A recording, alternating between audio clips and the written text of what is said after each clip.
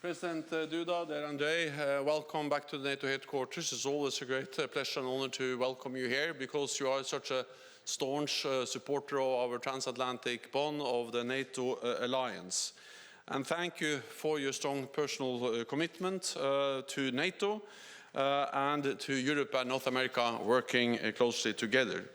And not least, thank you for your strong support to Ukraine at this critical time.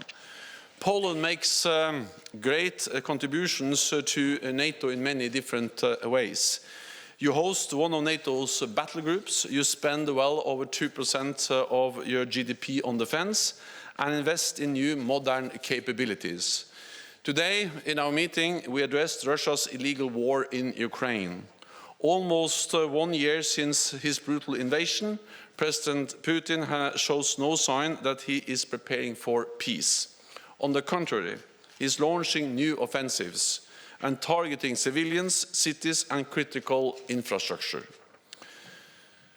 Putin must realize that he cannot win, and for that we must continue providing Ukraine quickly the weapons and ammunition they need to retake territory and prevail as a sovereign nation in Europe. Poland plays a leading role in these efforts, with significant military equipment and training as well as humanitarian and economic aid. And NATO's security umbrella enables Poland to play this vital role. In our meeting, we also discussed the role of Belarus in Putin's war. Belarus continues to host and support Russian forces and is deepening its political and military integration with Russia. We call on Belarus to end its complicity in the war. As we face the greatest security crisis in a generation, we are taking further steps to strengthen NATO's defenses. We are reinforcing our presence and readiness from the Black to the Baltic Sea, including in Poland. Fighter jets from the United States and the Netherlands help protect your skies. Patriot batteries from Germany augment your air defenses. And thousands of troops from other NATO allies are in Poland to help deter aggression. Together we send a clear message, so there can be no room for miscalculation in Moscow. NATO will defend every inch of Poland and of the whole Allied territory. Thank you for your invitation to take part in the B9 summit next week in Warsaw. The summit will send a strong message of alliance unity and resolve, and I look forward to meet you and the other B9 leaders there. So President Duda, once again, thank you for our excellent discussion and for Poland's outstanding contribution to NATO. So please, you have the floor. Panie Sekretarzu Generalny. Mr. Secretary General, ladies and gentlemen, first and foremost, I would like to express my deep gratitude to Mr. Secretary General for this opportunity to start my short, albeit very intensive European tour from paying a visit precisely here in Brussels in NATO headquarters and meeting Mr. Secretary General. Ladies and gentlemen, a lot is happening in Poland and is going to happen in Poland in the next couple of days in terms of foreign policy, but first and foremost in terms of security policy. As you know, ladies and gentlemen, we are expecting the visit by President of the United States, Mr. Joe Biden, who is coming to Warsaw soon. During that visit, also, it is important to note that there will be a meeting of the countries of Central Europe who are members of the North Atlantic Alliance, the so-called Bucharest 9, B9, participated also by the President of the United States. I'm here in Brussels today in order to discuss this meeting with Secretary General. I'm also here in order to personally, in my name as the host of the place where the summit is going to take place, but also on behalf of President of Slovakia, Zuzana Čaputová. And let me mention that Slovakia is presiding over B9 this year. So in my name and in the name of Madam Čaputová, I would like to extend an invitation to Mr. Secretary General.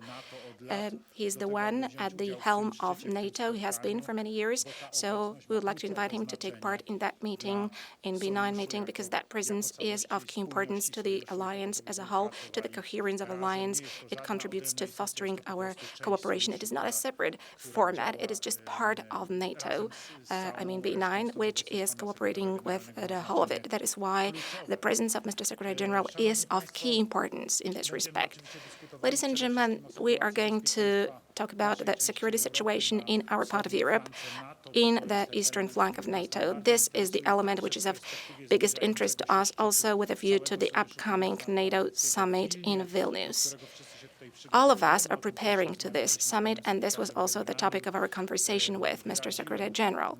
I expressed our hopes and our expectations from the Polish side that we expect new security plans, new plans for our part of NATO, not only for Poland, but also for the Baltic states and for the remaining countries of the eastern flank in the south. Those readiness plans which will result in such a scenario that should any country in the eastern flank of NATO be attacked, then NATO will react immediately by invoking Article 5. Today, we already have this graduation. We have got a 10 and 30 and 90-day long plan. We would like also to make sure that the troops which are envisaged as NATO forces, which will be ready to deployed to any place of emergency, that they be strengthened. This is important. This is one element. Another important element is the infrastructure. In other words, the armaments or equipments serving the defense. What we would like to have? We would like to have as many stockpiles of NATO equipment as possible. We would like to have that armament stockpiled there in case of any attack, so that it stays at the disposal of NATO forces stationed in that area or those who will be deployed to that area. It is obvious that if the infrastructure is there on the ground, then the deployment of forces is possible much quicker. Then this whole infrastructure would not need to be transported to repel a potential attack. So this is very important to us, and for sure we would like the decisions to go in that direction. For sure, the Bucharest 9 states are going to discuss and address these topics. Also, I ask this question to Mr. Secretary General today because from the Polish perspective, this is the top priority for the security of Poland. I also informed Mr. Secretary General about our decisions. I said that we have increased our defense spending, and they have exceeded the level of 2% of GDP provided in 2014. This year, we are going to exceed 4% of GDP, as I'm sure you have heard. We are acquiring a lot of equipment from the United States. We're also procuring armaments from South Korea, first and foremost because we can get it delivered immediately. We will have big deliveries of this equipment this year. The first batch of this equipment has already been delivered to our country. That happened just a couple of months after we placed the orders. We are speaking about tanks, gun howitzers. We are also getting planes. So we expect to get a lot of this equipment. This is going to strengthen significantly NATO's eastern flank. We want to be as self-sufficient as possible, being a credible element of stability and defense of the allied territory. So, briefly speaking, we treated very seriously the matter of our security, what we can do on our own and also what we can offer to the alliance as a whole, including our neighbors, the Baltic states, and also our neighbors in the south. But, ladies and gentlemen, another important topic that we raised today with Mr. Secretary General was the support to Ukraine, both in terms of planning this support, what kind of equipment we are able to provide Ukraine with as the North Atlantic Alliance, as a community. As you know, ladies and gentlemen, precisely within NATO, within our actions as NATO, we are delivering, as we speak, we are delivering tanks to Ukraine, Challenger tanks from the UK. I am very grateful to Allies for doing that. We are delivering also tanks from Canada, which right now have come. We also will deliver tanks from Poland. We're speaking about tanks and additional infrastructure from Germany. All of this has already been promised by Germany to Ukraine. We're speaking about state-of-the-art tanks This is Leopard 2A6. So this is really cutting-edge technology. So we're very much grateful for all those donations. We want to collect at least an armored brigade for Ukraine. We hope that perhaps even a few brigades could be formed. Right now, in Poland, in our training facilities, soldiers are being trained. 2 days ago, I paid a visit to one of the centers where I met Ukrainian tankers. They are preparing to operate Leopard tanks. In that facility, they are cooperating with our instructors, but there are also instructors and trainers from Norway and Canada. So there is the full cooperation also in this respect in the preparation and training of Ukrainian soldiers, and I'm grateful for that to Mr. Secretary General and to our allies. So, ladies and gentlemen, another topic we raised with Mr. Secretary General was that of other meetings that I'm planning. Tomorrow, I'm heading to the UK, to London, where I will talk to the British Prime Minister, and also I'm going to have an audience with His Majesty the King. I will also attend a Munich Security Conference, where I expect to meet in the so-called Weimar Triangle format. This meeting will bring together President Emmanuel Macron, the President of France, and the Chancellor of Germany, Mr. Olaf Scholz. This is going to be a Polish-French-German meeting. And we're going to raise all the topics which we are discussing today: cooperation, building the security zone, unity of the alliance, everything that is so important to all of us today. Once again, let me extend my gratitude to Mr. Secretary General for his huge involvement and commitment to the support of the Eastern flank and for fostering the unity of the alliance as a whole. This is a huge merit. This credit goes to Mr. Secretary General. Let me also thank you so much, Mr. Secretary General, that we can always count on you. And actually, I can say that we have known each other. We met each other on the first day of my presidency. I met you when I was still president-elect. Then we met at the Warsaw NATO Summit. Thank you, Mr. Secretary General. For sure, you're one of the most important figures contributing to the building up of the security zone in the eastern flank in Europe. There is a proof that you enjoy huge gratitude among the allies. You have been in this position for a longer time than initially scheduled, and I thank you very much for this. Thank you also for your commitment to the issues of Ukraine and our security. This is highly appreciated in Poland. We are immensely grateful for that, for this extremely professional work, and also thank you for your kindness and understanding, Mr. Secretary General. Thank you. We'll try to take 1 or 2 questions, but we only have a few minutes, so please keep them short. TVP, lady here. Jacqueline Skowrońska, Polish television. My question goes to President Duda. President, your diplomatic activities, which are upcoming, are aimed also at supporting Ukraine, but firstly, at convincing allies to further strengthen NATO's eastern flank. Mr. President, how do you see practical contribution of Poland in this area in the nearest time? And a question to Secretary General.